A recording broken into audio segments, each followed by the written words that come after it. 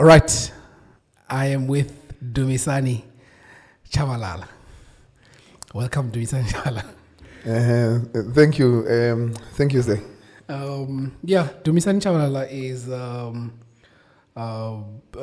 former classmate in primary school, and you never know that your path. Who would have thought that our paths would just cross again after, over 20 years or whatever. But I'm actually glad to see you as well, and having to chat about grown men business. Hence our conversation before of how it was in primary school and all those stuff. Or maybe we can just start on our primary school. How was it being in a boarding school for you? Okay, no, thanks a lot. I think my boarding school was a different story from yours because you joined a bit later. Oh yeah, sure. I started grade 1 in boarding school. So if I remember correctly, I think when I was doing grade 7, I was the oldest person in the school that came there. Really? Yes, it was me who came before everyone. Before everyone, sure. Because I went to St. Scholastica in 2000. Mm-hmm. So by the time most of the people that came, I think from grade 6, I think I was the first person to be there. Nice. I think it's a cool story. So how was it there? So the funny thing is that my parents, I didn't even know I'm going to boarding school. So they decided their own decision and not. They said, no, I was sending you to a nice school and so on. So it was very interesting. So I went there. But as soon as they left, it was terrible. Yeah. Because I miss home now because sure. All of a sudden you need to be an adult there. Because now you need to be able to polish your shoes, comb your hair and so on and so on. Sure. Make your bed. But it helps you grow from a young age because you become independent at a very young age because you don't have a mother there with you. And by grade 3, you are fully independent. And that's my experience that it is good. But if you were to ask me if I'll do that to my children, I don't think so. Maybe, wouldn't you consider a different boarding school? Or you just won't give them that exercise? I'm like, because the facilities, I don't think they were great. The facilities of where we were. No, I think my issue is that at a young age, that's where children develop Mindset. To be affectionate with their parents and so on and so on. That's why we grew to see other people that are affectionate with their parents. They are comfortable to hug their parents and so on and so on. It's because they grew up at a loving phase where they are at home after school. You go back to your parents. Sure. So I think at a young age, a child should be at home, and then if you want to take them to boarding school, take them at a later age, 12, 13 there when they are more matured than a young children. A 7-year-old basically still needs their parents' love. So. I think I kind of understand what you mean because you're saying that you went there a bbit very early. So, prematurely, yeah. So it makes sense why you're saying it in your point of view because in a sense you would feel like because like in my mind I had already put a blanket statement, okay, this is probably how we all feel, but when you bring that perspective, it makes it easier for me to understand, this is why probably you would say that you wouldn't do that. And which is right, I agree with you in a sense that it would only make sense to take your children in boarding school maybe in a later stage when you've already groomed them in terms of what the morals and all the things that they want. I think that's very cool. Most of the time I actually spend a lot of time doing catch up on the podcast. So maybe we can just get to the gist of it and just introduce yourself, what you do, and then we can just get into it. Okay, no, thanks. Good evening again. My name is Dumisani Chabalala.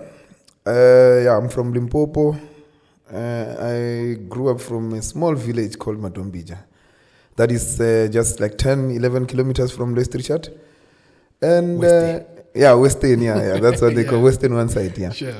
And then from there, I went to St. Scholastica, as I've already explained that I started boarding school from grade 1. So After that, in grade 8, I went to Polokwane. I studied there for a year, and then I went back home, where I studied until grade 12. No, it was very nice to study in a normal school, and because the results there, even my academic results, really improved.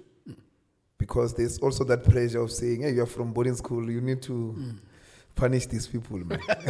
They need to respect you." Sure. So yeah, until grade 12, I studied there. So in grade 9, I fell in love with accounting. So that's what then drove me that up to matric. I decided that after I will go and study Bachelor of Accounting at the University of Johannesburg. The funny thing that is there is that I only applied to one university because my brother studied there at UJ. So I was like, I'm going to UJ. Sure. So if I can't get to UJ, I'll go and bridge until I get there. Okay, sure. So yeah, fortunately for me, it worked out. I wouldn't advise someone else to do it because it was a high stake. Yeah. Yeah, so I went to UJ. I studied there for 3 years.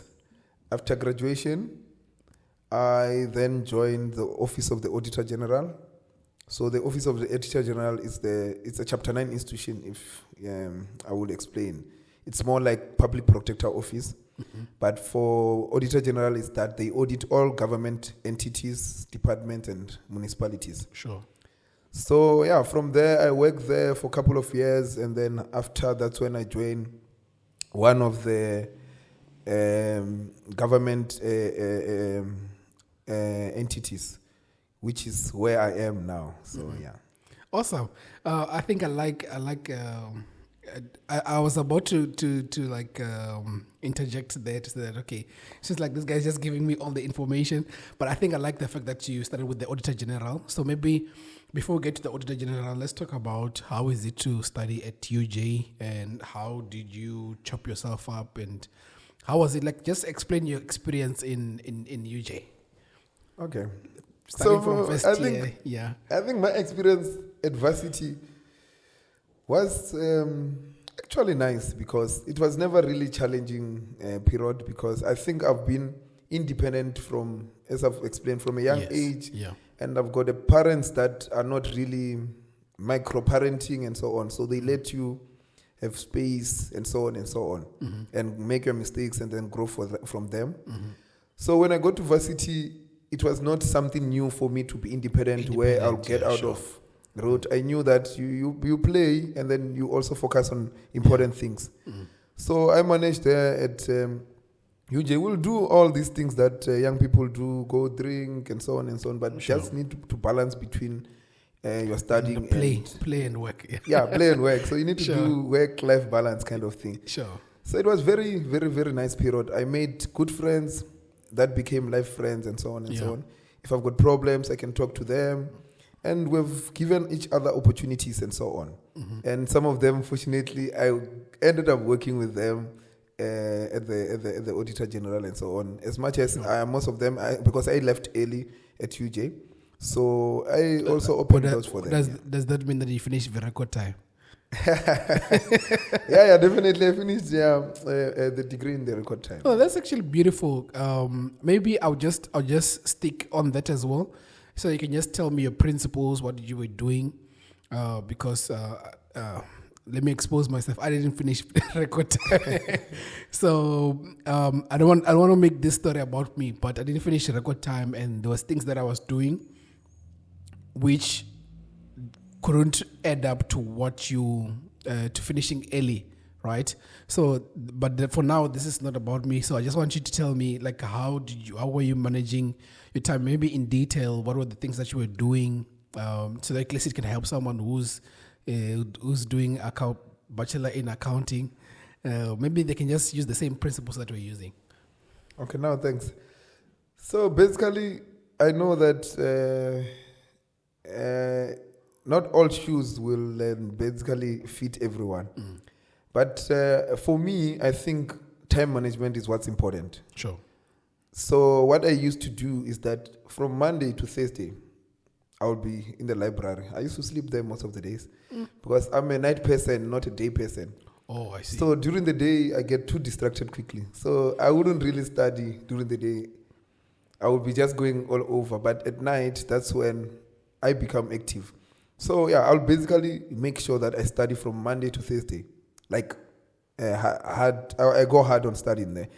Then No I know compromise. from Friday to Sunday, it's my time. Then I go party, do all those things. But I know that I can't then miss the Monday to Thursday routine. That is all year round until the year is over. So I think that's what worked. And one interesting thing, in my first year, I was not staying at rest. Okay. I was staying at some place. People in Joburg might know it. I used to stay at Maristen Hotel. I think I've heard of it. Is it the place where downstairs there they sell cow head? Yeah, yes, that's the place. Yes. Yes, I think I once went there with a friend of mine. Yeah. So so it's a hotel that they turned into a rest. So in our years, I know now they closed it. So at the bottom there was a bar in the pool area. Sure. Basically, alcohol is there, so it's up to you whether you study or not. So I used to pass there every day, but know that, okay, it's during the week now, I need to study. And then Friday, you know that Ziakala, and then, we're good to go. So I think the takeaway from that is that time management is what's important. If I can tell you, if you are capable of being admitted to whatever qualification that you are studying, it means that based on the assessment of the university, they are saying that you are capable of finishing that degree in the set times and so on and so on. Sure. It is just now up to you how you manage your time to be able to finish your degree. Because there are people that pass well in matric but go struggle in university. Not because they are dumb, but maybe it's because of poor time management. So I'll say the most important thing is time management. The other motivations, I will be lying to you. So. I think that's beautiful. And then what informed your self-discipline that, I understand you're talking about time management, what informed that self-discipline to stick to Monday to Thursday? Okay. So for me, even in high school, I didn't really stay much with my parents. So I'll most of the times be home alone and so on. So I think it's a routine that didn't really change because it's a strategy that I've applied it even from high school days. So it's something that for me came naturally. It's not something that I sat and say, this is how it should be done. I just thought it was common sense that in order to balance the two, I need to do this. Great. Then you finish your time in UJ. Is it the same thing where, because I don't know how universities work, because I was in the University of Technology. Okay. When you finish, you just either with your diploma you just go, or you could continue with BTech. So when you're done with accounting, do you now do honors as well? Or so basically, if you look at it, so there's in traditional universities they'll have a diploma. And then they'll have a degree, and then the degree is equivalent to a BTech. And then there's honors. So for me, after a degree, I left. And then I attempted at UNISA. Starting working, the discipline was out of the window now because there's that little money that you're getting and so on and so on. Sure. Things went south and so on the studies. So at some point, I decided that let me take a break. Sure. And at some point when my brains are back and my focus is in place, I will go back. And I have decided that I'm back now. I'm doing something. And Okay. I'm also considering doing a second degree from first year. But it's something that now the focus is there. The young professional thing, it's getting out now. I'm just trying to focus now. Okay. Do you mind disclosing what you want to do, or is something that you're just keeping it in the pipelines for yourself? I think there's nothing really hectic. But the work that I do, being in the procurement space and contract management. So basically it means that I work with laws and so on most of the time. So I thought clearly I can do well if I go do my LLB and so on. So it's so basically life and career is driving me towards LLB. So that's why I want to do that. Makes sense, because when I was doing my research, procurement, I was like, okay, this sounds like, because when you told me it sounds like some auditing stuff. But when I'm reading, I'm actually finding out there's like a lot of laws section, what. I'm like, okay, which one is which? Is this law or is this auditing? But it makes sense when you say that you want to do law, because it seems as if you, in order to, this is an assumption, by the way. No, it's good, yeah. Yeah, so which means that in order to do your work as a procurement contractor or agent, you need to kind of like know the laws of how contracts and all these things work. Okay, so let me. So how mine come about? How an accountant then become in such a space where you deal with laws and so on. Sure.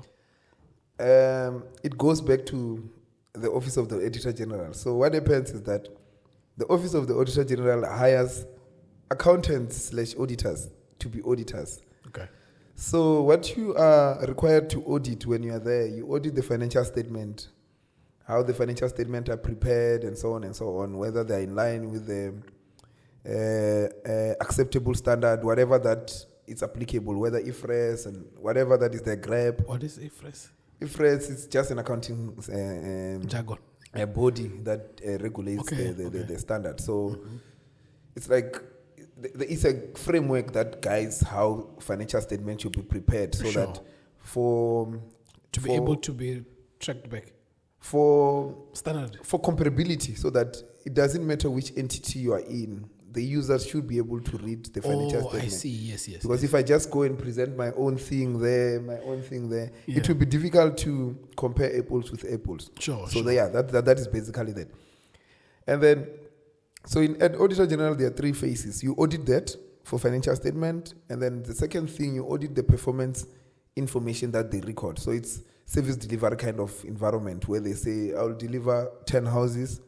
Then you go check, when they report, they need to report how many houses they delivered. Then you check whether they achieved those 10 houses. If they didn't achieve, then that's when you will say that department is struggling. And then the third thing that you do is you then audit compliance with laws and regulations. And that is where SCM come in. So you need to then go now and say, did they comply with SCM regulations when they spend the money that was there? So when you go there, SCM meaning supply chain management. Okay. So that is procurement. So you go there. That's when now you need to go as an auditor to then answer that question of saying, did this entity comply with laws and regulations? Then you need to go there and check. Yes, the contract that is there. It was to say they are going to buy tables. Did they then follow the laws that regulates how the government money should be spent? Then when you go there, you say, no, they didn't take out a tender. This process doesn't comply with the Section 217 principles of fairness, competitive, because they just approached one person. So that's when you go there, you say, no, they didn't follow. That's when you come and say, no, it's regular because it's not in line with the laws and regulation. When you go then report, you say, no, that entity didn't comply with laws and regulation. So that's how it become about. So you do that for quite a number of years. You end up understanding those laws that are specific to that. And then fast forward later, when there are, for example, vacancies on the other side, it means that you are capable of doing that work because you know what you need to comply to be able to do that. Sure. So that's when we jump ship to the other side, and then you start then doing the procurement on the other side and not an auditor. So that's when I said in my other life when I was still an auditor until I became on the other side. I see. And then do you get a lot of, because we're talking about government, right? Yeah. When I talk about corruption, right, on the side. But for now, do you get like a lot of situations where the stuff that are done which are irregular, and then how do you compensate for those irregular English? Irregular expenditures. You get what I mean? Yes. So basically, maybe let me just explain this. So there are 3 main issues that happens when you look at the supply chain. the main issue is irregular expenditure. So the definition of irregular expenditure is that it's when there's an expenditure that was done not in line with laws and regulation. So it's when you spend money and you didn't comply with laws and regulation. It doesn't mean money was lost. So you went and bought water there, but you didn't follow the required laws. So for example, you went to Pick and Pay and bought that water, but in government they say you need to put out a tender and everyone should come and give you and bid for that. Sure. So if you didn't then invite people to come, it will be irregular expenditure. It doesn't mean money was lost. Mm-hmm. And then there's another one that is the worst one is fruitless and wasteful expenditure. Okay. So that's when, by definition, you can hear that they fruitless and wasteful. So basically what it means is that it's an expenditure that was incurred in vain. So you didn't get any benefit from it as a result of your negligence. If you exercise due care there, you wouldn't have incurred that expenditure. This refers to, let's say, there's a conference in Joburg. You book flights for someone, and that someone decides not to pitch. And the flight money is lost. So basically you have spent money, but you didn't receive anything in return. Mm-hmm. So you have wasted that money. So in that instance, normally, the first course is that you need to recover that money from that person. Okay. But there are instances where it's the same thing, the person became sick and they couldn't fly. There was no negligence there. Therefore, what you normally do in that instance is you then investigate and see that, no, the person was sick, they provided the certificates and so on, and it was on the day already. You wouldn't know whether you'll be sick tomorrow. And there was no one's fault. Therefore, you normally write off those. But those ones where there's negligence, you then decide that it should be recovered.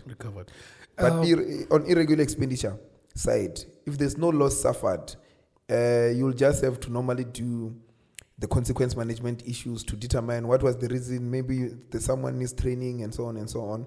Or if it was intentional and so on, that's when you can introduce hectic measures. Oh, yeah, that sounds exciting. I'm going to come back to the hectic measures. So my idea when I hear auditing, right, I'm always seeing numbers, right? I'm thinking probably it's just, okay, guys, you guys are doing balance sheet and you're balancing the monies only. But it seems like you also manage how the work was done.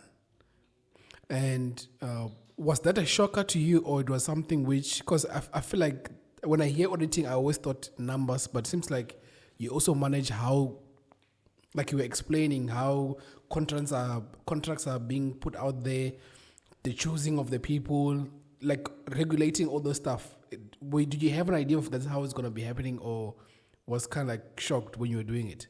So auditing is it's an assurance process. Okay. So basically, assurance is you giving a second opinion or informed verification kind of thing to say, I'm happy with this information. Sure. You can rely on it. So banks generally will say when you go there with your financial statement, we want audited ones, because an auditor is independent. So it goes there and say, no, all these numbers that are here, they represent the fair position of this entity. Sure. So in varsity, we already studied those things. So it was not a shocker kind of environment. I already knew what you need to do. What you're going to do.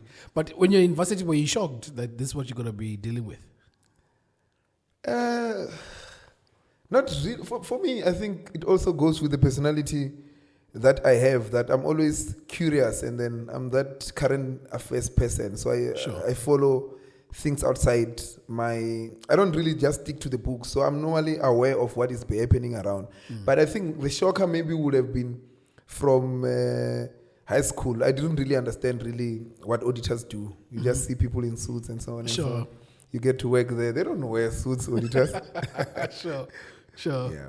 Oh, interesting. So when it comes to the hectic measures, when I was finding out, apparently there's sheriffs which are involved to making sure that things are done properly. And what do you do? What is an example of a hectic measure?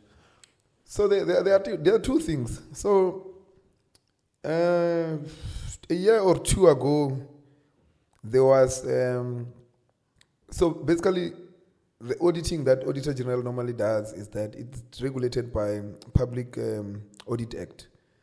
So it was amended to give them power and teeth, basically, to then ensure that whoever they're auditing actions their audit recommendations. So you'll go there, for example, you find that there was a bridge that was supposed to be built, it was not built, or it was built poorly. There will be recommendations to say this is the action that you should do. They will give the accounting officer of that department. The accounting officer is more like a CEO of the department to say, no, you need to implement consequence management to ensure that whoever was responsible pays for this. So it might be recovery, it might be disciplinary action, and so on and so on.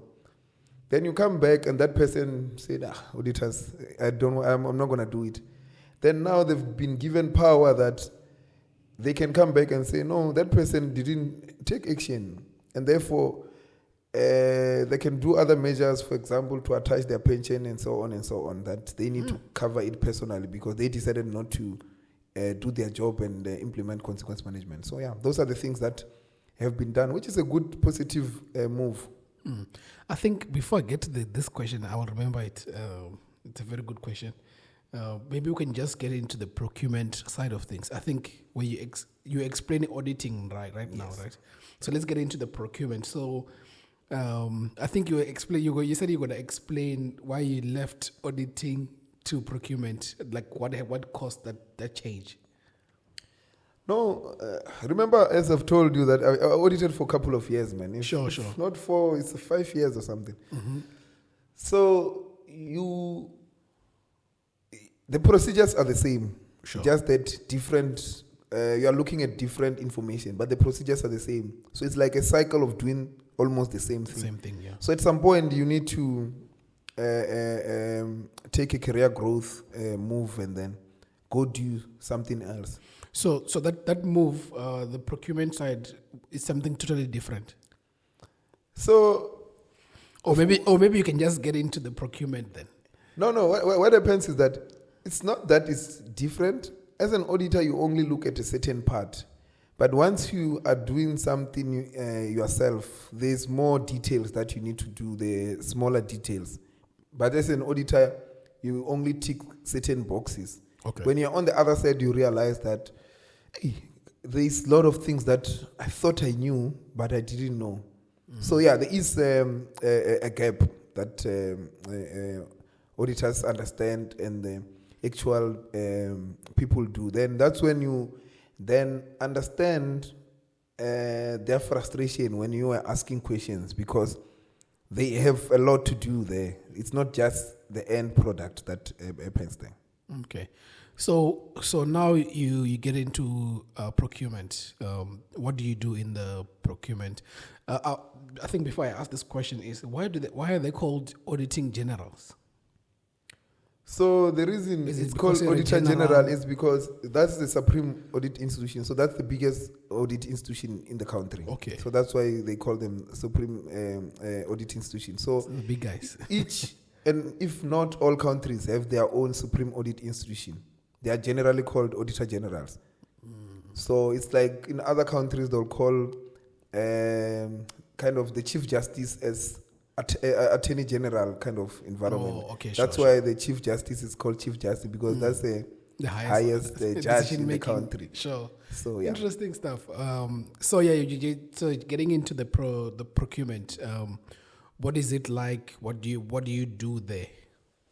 So basically, when you are in that space, you don't really do specifications and stuff and determine. So what happens? The process of demand management starts from the project manager or someone who is in the line department will then determine the need that, okay, you have got KPIs that we're going to deliver 1, 2, 3 service and so on and so on. You identify that we are going to need to build a bridge somewhere. Mm-hmm. So that is the line person that needs to do. That has nothing to do with supply chain. So they will determine there, they will know we need a bridge.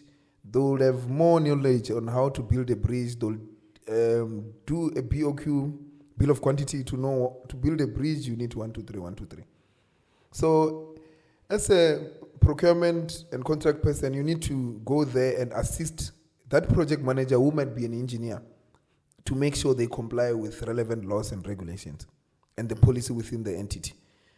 So what you basically do yourself is that you are more of an advisor in terms of ensuring that the project manager complies with all relevant laws and regulations. So you give that assurance to that person to say, you need to comply with 1, 2, 3. And then to ensure that when the tender goes out, you are the one that should know the tendering process, how it should go. The person will give you what needs to be done. Then you assist them to do a tender document. Oh yeah, now the light is on my end because does that mean that you work with quantity surveyors? Yeah, you work with different people. So if the field, if whatever that needs to be procured is in the space of a quantity surveyor. For example, I've worked with electrical engineers. Sure. I've worked with different types of engineers that based on the needs that they need to do. Sure. You work with communication people that needs to procure your printing documents and so on and so on. Procure training. So you work with different. Oh yeah, you people. work with different sectors within your space of work. Yeah. I think it's interesting. I think for me, I was just trying kind of like pushing you to where what I do, which is electrical engineering. So when you said that, okay, you make sure that the plans, the manager sticks to the process without having to do any kind of fraud or maybe shorthand themselves. No, basically what you do, what I would call it, is you guide them through the process. Sure. So basically, they will know the technique, what needs to be done. If they were, for example, running their own company, they could have done it alone because there's these laws that apply in government. So you basically hold their hands to ensure that they can comply with all laws and regulations. So you're in the same team. Your role is to make sure they comply. So they need to give you what they need to do. Then you review those things and ensure that they are in line with the. Nice. So what informed you coming to Cape Town to do? Was it the procurement? What informed you coming to Cape Town? No, basically when I came to Cape Town, I was still working at AG. Even when I came to Cape Town, I was still working at AG. I just moved to offices. I was still working there. But yeah, basically for me, it was career opportunities. Because the issue with Joburg, as much as we love it, is that it's overcrowded. So there's few opportunities in Joburg. But when the further you go, or you leave your place of comfort. So getting out of your place of comfort normally brings better opportunities. And being away from your usual place and getting to a new space, it creates a different thinking. Because you need to change your thinking process because you need to adjust to the new environment. And the new you might bring better opportunities. So yeah, basically it was more of a career choice rather than anything. And then how do you find Cape Town? Besides the weather that keeps on changing and so on and so on, I think, Cape Town, it's a good space. It's a good space. But I'll still say Cape Town is nice for visiting, not for staying. Because almost how the city is structured, it's more of a tourist destination rather than a home. So it's not a place where I would say I would retire in Cape Town and so on and so on. I'll need to go to a quiet space and so on and so on. That's what most people say, that Cape Town is not really a place where you want to stay, but it's more of like a vacation type of place where you want to spend vacation. And I mean, for people like us who have done varsity and working here, there's a joke that usually says that the fact that I work in Cape Town doesn't mean that I'm always at the beach. Okay, I think that's cool. Concerning the funny thing is that since this year I haven't been to the beach. Are you serious? Yeah, because I stay here, so I don't see anything appetizing about exactly going to the beach. Yeah. Yeah, I think most people, they don't really understand that. Like, you can spend, like, in a year, you can just go there once or twice. Yeah. And you don't... When it's hot or something. When it's hot, there should be some occasion or something. You don't normally... Have you done Table Mountain? I think since I came to Cape Town, I've only went there once. By hiking? Nah, I'm not a hiking person. There are a lot of snakes there. No, there's no snakes, man. No, man. I when I was still an auditor, I once went to... it was Table Mountain. I think I went to verify some assets there. Sure. Yeah, there's still a cobra there. I said I'm never coming back here to hike. So I think that was the one which was making you not want to go up there. Yeah, I think most of the time when you're in Cape Town, mostly you don't do like all the tourist attractions, because I mean this is not you're not on holiday, you're actually doing life this side. That is true. People that are in Joburg also, there are a lot of places to see in Joburg, but the people that are there don't know those places. Exactly. And usually people say that I know your town more than you. No, that's so true. Maybe getting into I don't know if we're finished. Are we finished with the procurement side in terms of what you do? I think we can just dash it later on if something comes up. So okay, so maybe maybe I'll just explain to you something that I always explain to people, how the tender process works. Okay, because sure. People always assume that that name that they normally call people that do business with government, the tenderpreneurs. Tenderpreneurs, yeah, sure. I don't really like that stereotype that people do give, because it's more disrespectful to the people that are doing business with government. Okay. Because there are corrupt people that do their corruption, which happens both in private and public sector. Mm-hmm. You can't really single out one sector. If I give you, for example, if you look at big corporates. Mm-hmm. Let's say, for example, all government entities need to use a bank account. Okay. Do you know that bank accounts are also through tenders? For them to make a bank account, because there's no one bank, there are a lot of banks. Oh, sure. So they need to then go on a tender process, and banks need to tender. So, okay. Let's say you have a bank account. So let's say, for example, go on a tender process. Let's say, for example, Transnet has releases what do you call this? RFPs and so on. The tender, yeah, for banks so that Transnet stuff can be done through whatever bank that wins. Yes. So it's the same thing as well. They can't just go and say they like FNB, they like ABSA, they like what. They need to release a tender. Same applies on data and so on and so on. You can't just go to Vodacom or MTN. You need to release a tender and say, I want 1, 2, 3. Mm-hmm. And they need to tender for that. And that's more of like a contract as well, right? Yeah. No, it's a contract. Most of banks, I think, if I'm not mistaken, the maximum you can do is 5 years. They need to do 5 years, and every 5 years go back to the market again for banks to tender. And then where I was going is that, why don't you call banks tenderpreneurs? Yeah, I think it's very interesting. I like where you're going with this. So basically what I'm just trying to explain to you is that the government budget is between 1.5 trillion and 2 trillion. So wait a minute. So when you're working for the government like that, right? Are you doing all these numbers, like playing around with all these numbers of different stuff?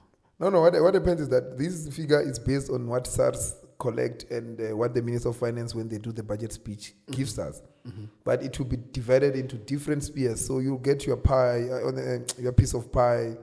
So you won't really work. That 1.5 trillion doesn't go to one entity. To go to different. But where I was going is that if you're going to spend 1.5 trillion, where should it be spent? It means that it goes to businesses. So who wouldn't want to get a share of that money, because that's a biggest contributor to the economy. So there's nothing wrong to do business with government as long as it's on board, in line with It's all done fair, yeah. in line with all regulations and so on and so on. I'm not sure if you're at liberty of talking about PRASA. I think there was a time when I saw you doing some PRASA work. Nah, I can't because of confidentiality Oh, clauses. confidentiality. and Oh, so. okay, Because when interesting. you audit an entity, you sign what we call NDA. declaration and so on and so on. Sure. So you need to then sign and commit that I'm not gonna Disclose. and so on and so on. I don't Sure. have money. If I had money to pay for the lawyers to when I'm sued for Yeah, disclosing sure. that, yeah. But yeah, unfortunately, I can't talk about the detailed information of any of the entities I audited. But yeah, I was privileged enough to audit different departments, national, provincial, public entities, and also municipalities and so on. Yeah, but you get to learn different aspects of it. Some of the times you do understand their challenges and so on and so on. You look at the media talking about something, you're like, I wish I can comment. Sure. But But you you can't really can't. comment because Yeah. you've already done that. Oh, interesting stuff. Because I mean, like, okay, let me not push it. I can't keep on talking about PRASA as if.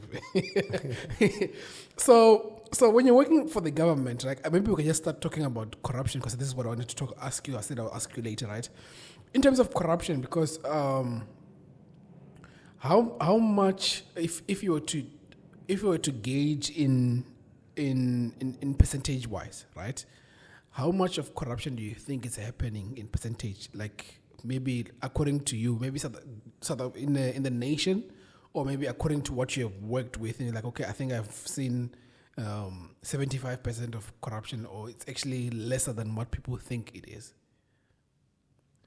So the issue with corruption is that you only become aware of what has come out. You don't know what didn't come out. So you can only basically, let's say you are looking at 1 rand and you only assessed 30 cent.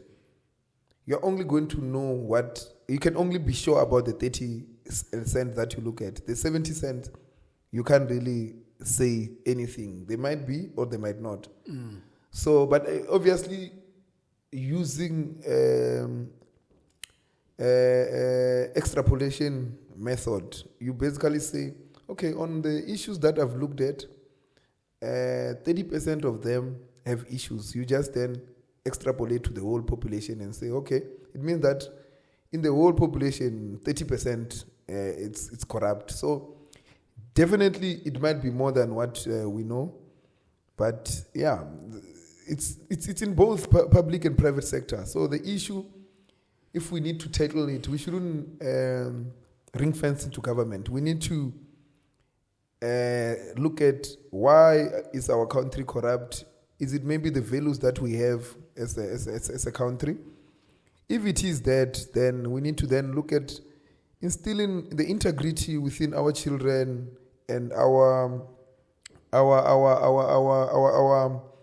citizens, so that everyone plays their part and understand that is wrong. Because if you repeat the same thing without addressing the issues, people normalize doing what is happening. It doesn't matter whether it's wrong or right.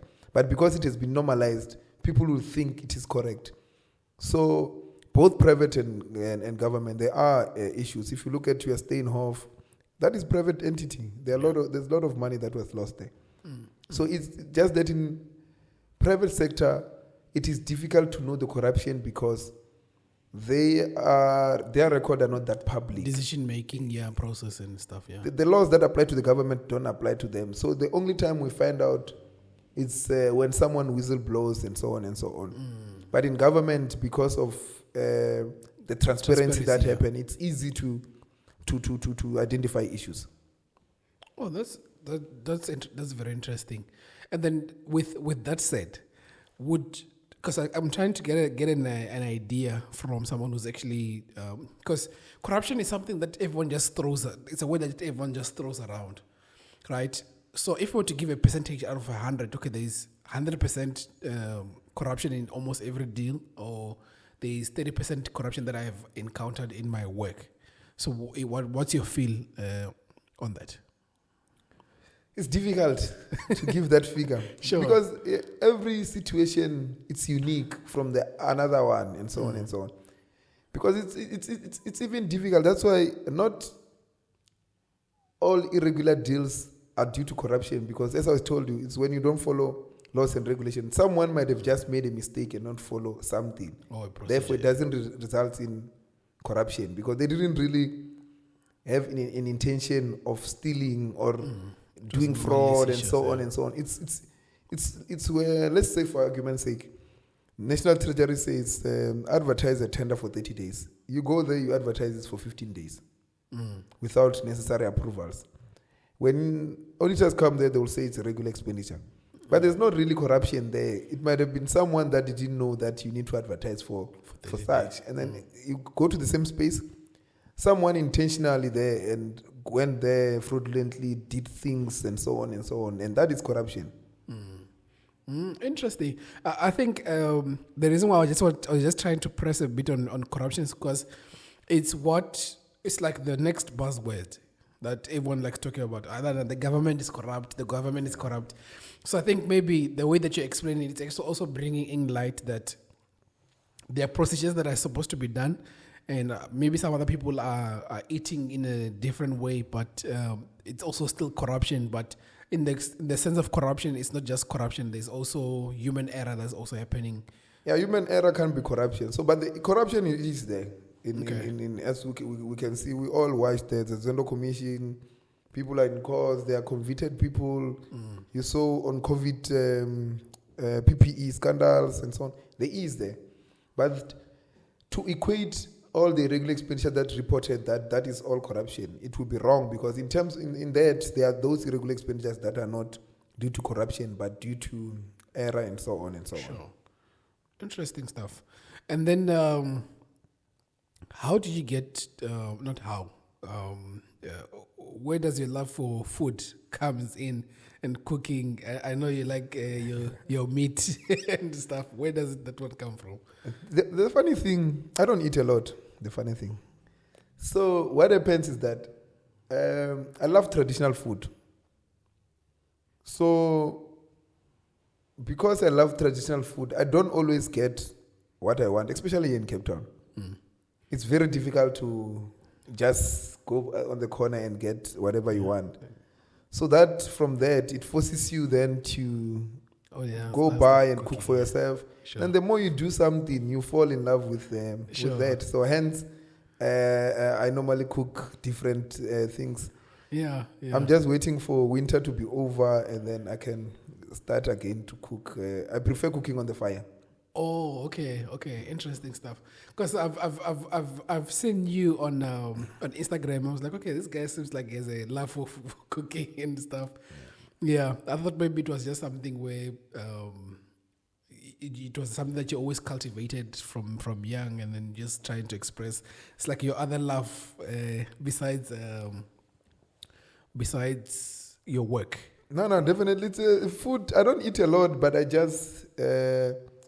If I can say, a strange taste or unique taste so because of that taste, that general public don't like, because people love fancy stuff and so on in restaurants. I'm not a fan of those fancy stuff like your steak or whatnot. I prefer to have your omelette or your sure. The traditional stuff, man, your tribe and so on and so on, your pap. Those are my kind of things. If I go to Left Grand, I won't get those things. And then I mean, when you get to social media, I know you said there's something Twitter to get on that. Are you on Twitter yourself? Yes, I am on Twitter. And then what's your issue with Twitter? So what happens with Twitter? Twitter is not a bad platform on its own. There's a lot of information and things to learn from Twitter. If you use it wisely, there are a lot of people that make sense. There are a lot of accounts that when you follow, you get you learn current affairs and so on and so on. there are people that are responsible when they tweet. However, Twitter is also toxic.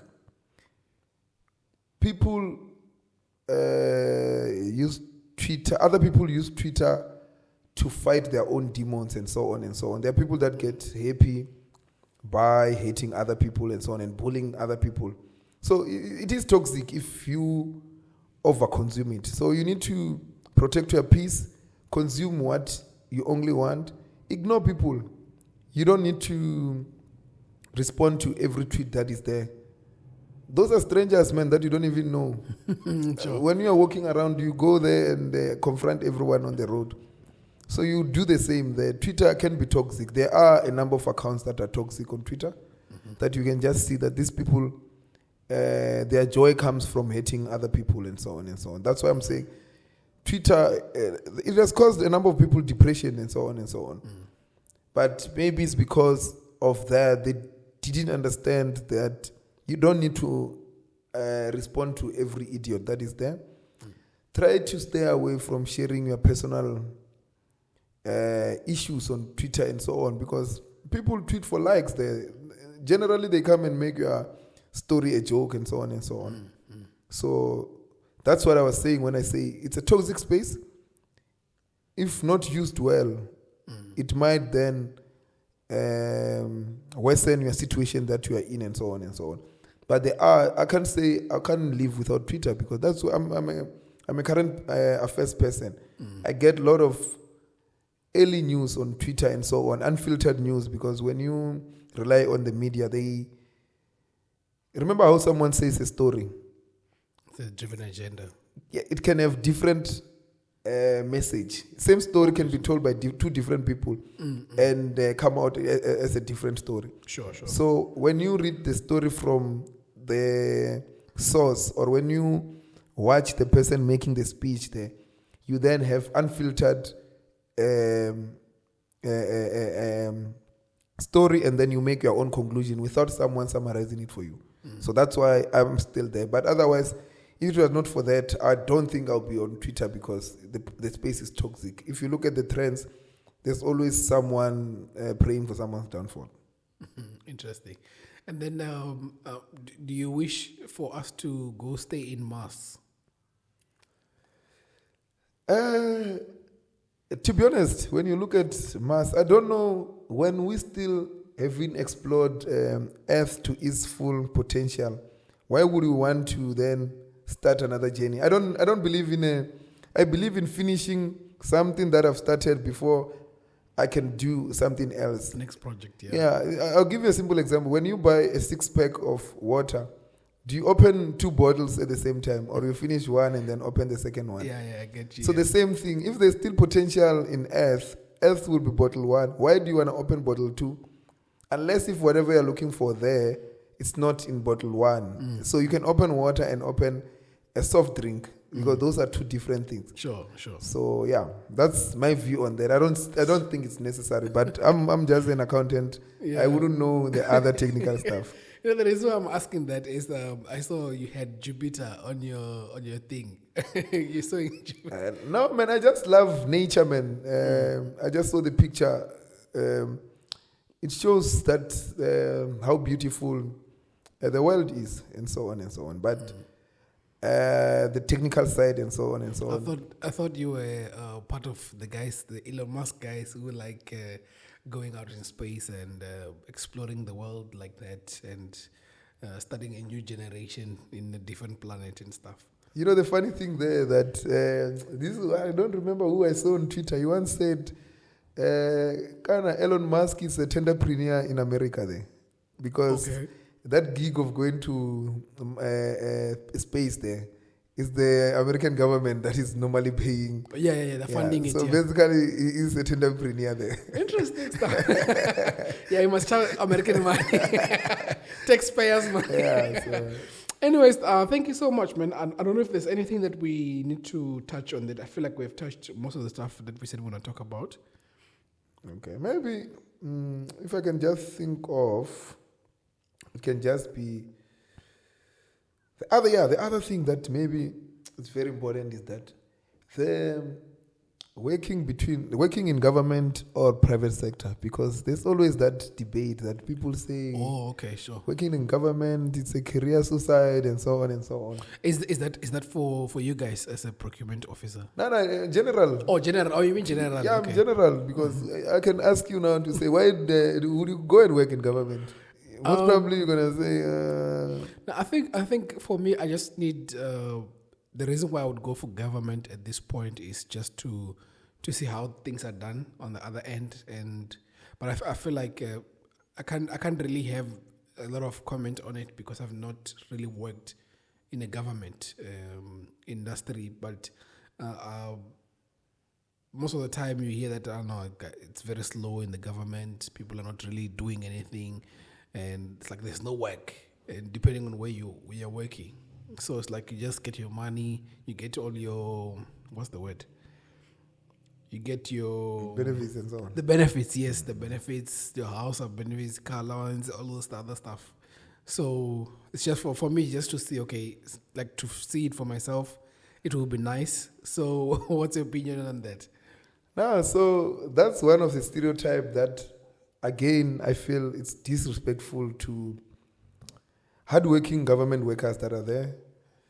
Starting from, if you go to public hospitals, those doctors are government employees. So if one goes there and say government employees are lazy and so on, you are basically saying even those people. So what I'm just trying to drive is that in every environment, there's always bad apples.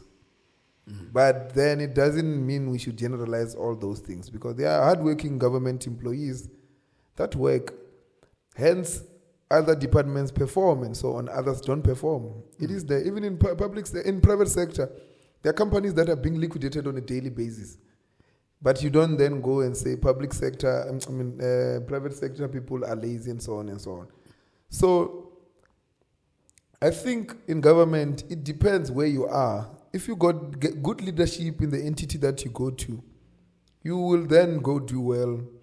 There is career growth there if you really do well, because of the size of the government. There are a lot of opportunities within the space. If I give you a space, I'll give you a space, let's say even if it's in procurement, how many entities are procuring different things? So you can move around to different entities and entities. The only downside with it is that there's a slow growth in terms of salary increases if you are stagnant in one position, because there's always an issue, cut cost and so on. Sure. So that is maybe the downside. To get an increase, you need to change jobs and so on and so on, because of the size of the entity.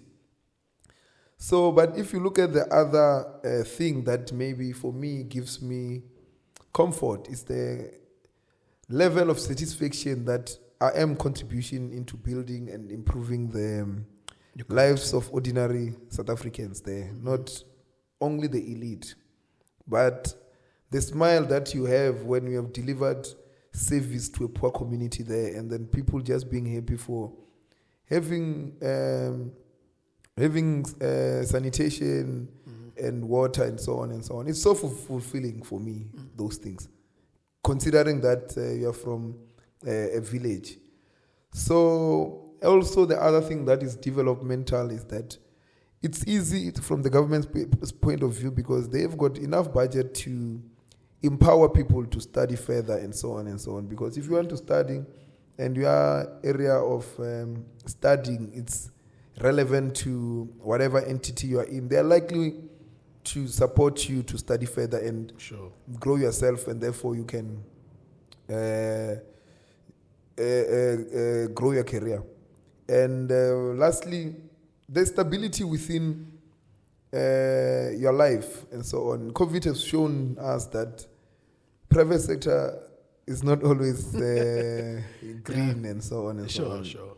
Because government employees, not everyone was at home not working. We managed to work from home throughout COVID. Even now we are doing hybrid working and so on. And everything, the service is still being delivered. So that stereotype, it's wrong. It shouldn't really be there. It's all up to the person if you want to contribute and so on and so on. I think you touched on a matter that I always like asking my guests in terms of the part of salaries and how to set yourself to getting the most of from your, what's the word? Getting the most from your job. So what do you do in order to not only, because it's not just about getting more money, but it also to set yourself career-wise. So what would you advise someone from varsity to studying procurement work or auditing work in terms of how do they pace themselves so that they can get the best out of their career? Generally, this doesn't only apply to my space of work. Everywhere. If you are a young graduate, you don't yet have responsibilities and so on and so on. Don't follow the money. Follow the job that will expose you to more areas. Because you're from school, you don't really know much. You'll be shocked when you go out to the market. You realize, no, I thought I loved this. Actually, I love X and Y. So follow a job that will expose you. You're still young. From the age of, normally if you, let's say, graduate 22, 23. 23, yeah. For that 5 years, you should be able to be setting yourself up as a career person. You shouldn't be following money. After that, that's when you want to apply, you'll see that I qualify actually to a lot of jobs because of the experience I've gathered. But most of the people that just follow money, they get stuck in the same position because those positions, the reason some of them gives you a lot of money is because they're trying to attract people to get in there. But later on, the person that went for a stipend and so on, will be way above you, and then in terms of salary. So follow opportunities rather than money. As much as money is important, but at that age, I don't think money is yet a decider for you. I like that point. I think this would be a reel.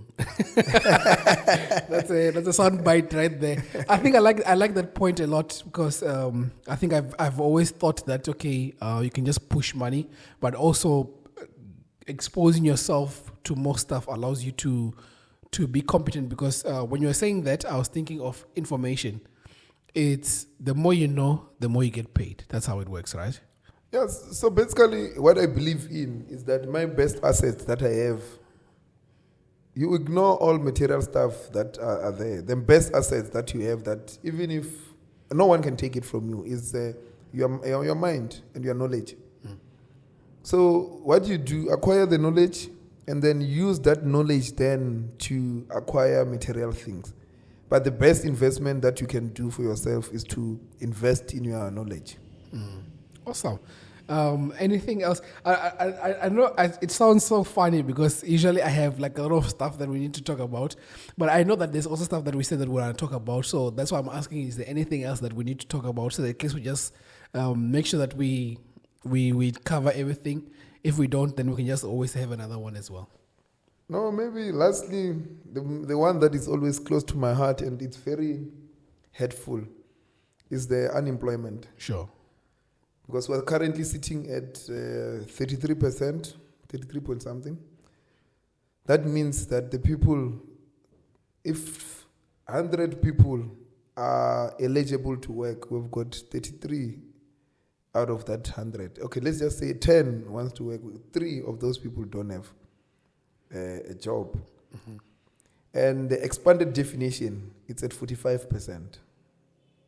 The expanded definition of unemployment. Okay. It's at 45. Yeah, because I think I heard something like 60s and 70s. So it's if you go to youth and so on and so on. Oh, okay, sure. But this is just general everyone. So I normally work on the expanded definition. Expanded definition. So in the normal unemployment definition, the 33%, they look at people that are actively looking for a job. It's someone who wakes up and say, I'm going to look for a job. Oh, on 45, it includes, on the 45% of the expanded definition, it includes people that have given up. So there's someone, for 5 years, they go every day to look for a job. At some point, they say, hey, I'm done. I'm over this. And then they then don't count in the official definition of unemployment, which is wrong. Because it should include both that are actively looking and not looking. Sure, definitely. The fact is they're eligible to work. They've given up from looking for a job. So it is a concern. But we should move away from that idea of looking for problems. Rather, we come with solutions as youth to say, what do we then do if things are like that? It's clear that companies are not, the economy is not growing at a rate that graduates are coming and now people are looking for jobs. Mm-hmm. So it's a space where it needs our innovation as young people to consider alternatives, to say, what else can I do, and so on and so on. That's why, if I look at my other passion is farming, which I think at some point when I decide to stop working, I'm going to farm. So those are the things that as youth, if I can't get a job, consider, if I've got a small yard there, backyard and so on, consider doing backyard farming and so on. Sure. Besides just farming there, you can do those things and sell in informal markets. And then also you are gaining knowledge by yourself. We've got access to the internet. You YouTube how to farm 1, 2, 3, 1, 2, 3.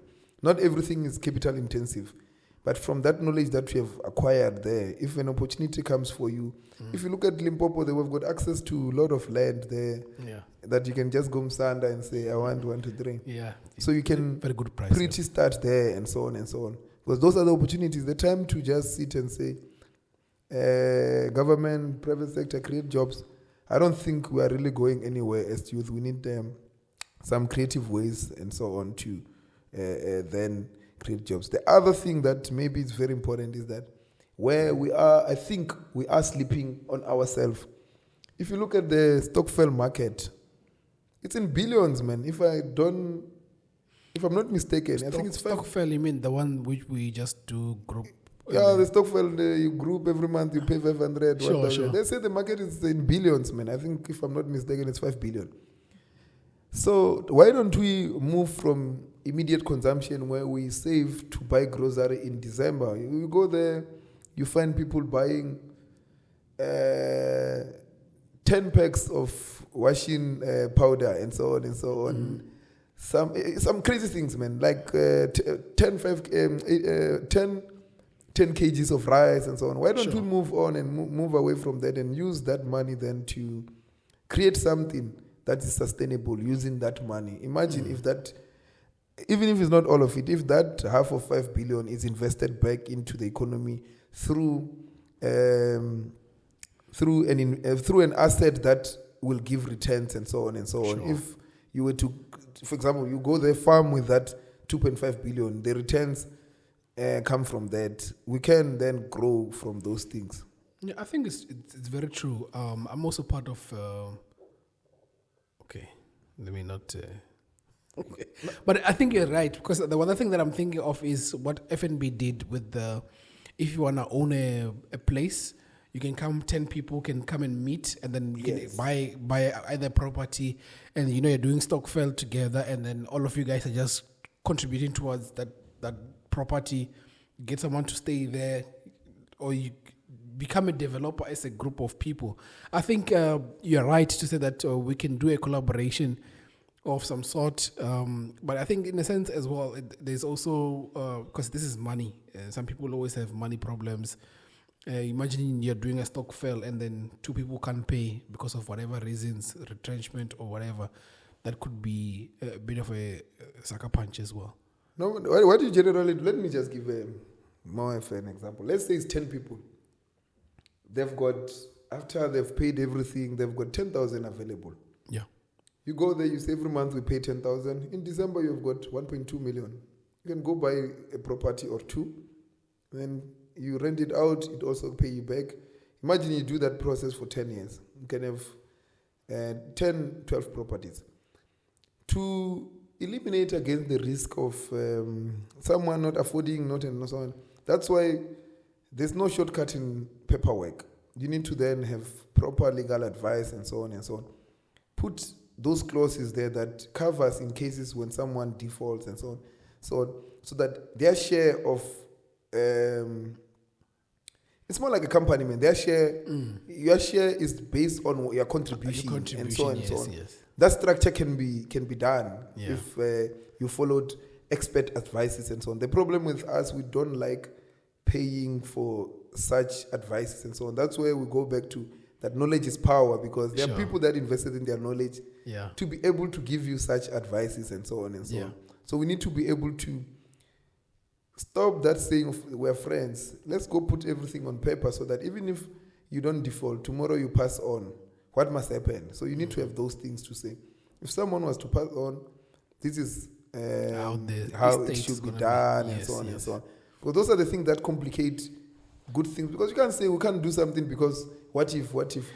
Yeah, I think I like the what you're saying, because what I had a corporate attorney on when was Monday. Monday was just Monday this week. So what happened with that on that conversation? It was what she does is she writes down how an entity has to work. It's almost like procurement work in a sense, because I think what she does is she makes that each and every entity, whatever the dealings that they're doing it within the law without having to cut anything. So to bring that, you can find that we have so many professionals. Let's say, for example, if something like that was to happen, I already have you as a procurement officer. If I bring her in, we already have her as a lawyer.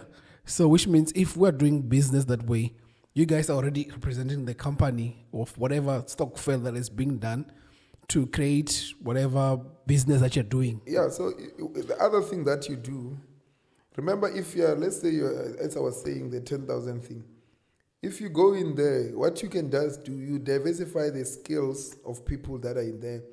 In addition to money, you guys give back through different skills, that everyone will have a different skill that contributes to that entity. Sure. And therefore, everyone comes.